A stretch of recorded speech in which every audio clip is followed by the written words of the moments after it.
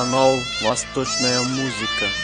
نماید مادری دلسوز و جانی با فرزندان همیشه مهربانی.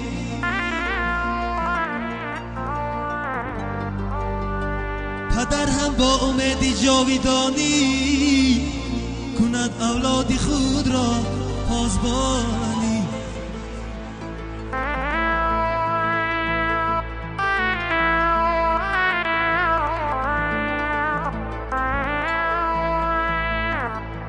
امیدی مادر از فرزند بسیار،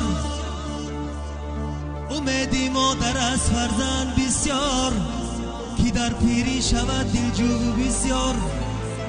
پدر خواهد که فرزندی وفادار و تحسینی همه باشد سزاوار.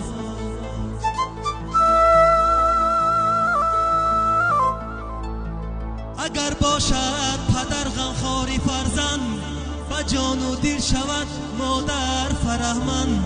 اگر مادر بیبالد با جگر بنده پدر گردد زیمری خیش خرسند. از این هر دو بقای زندگانیست، از این هر دو بهاری زندگانیست، ای بهاری زندگانیست.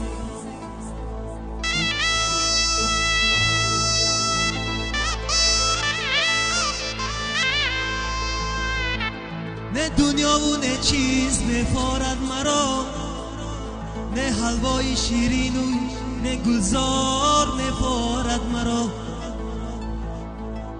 همه دردی تو را به من بخشد خدایا، نه حیات شیرین و رنگین میفارد مرا.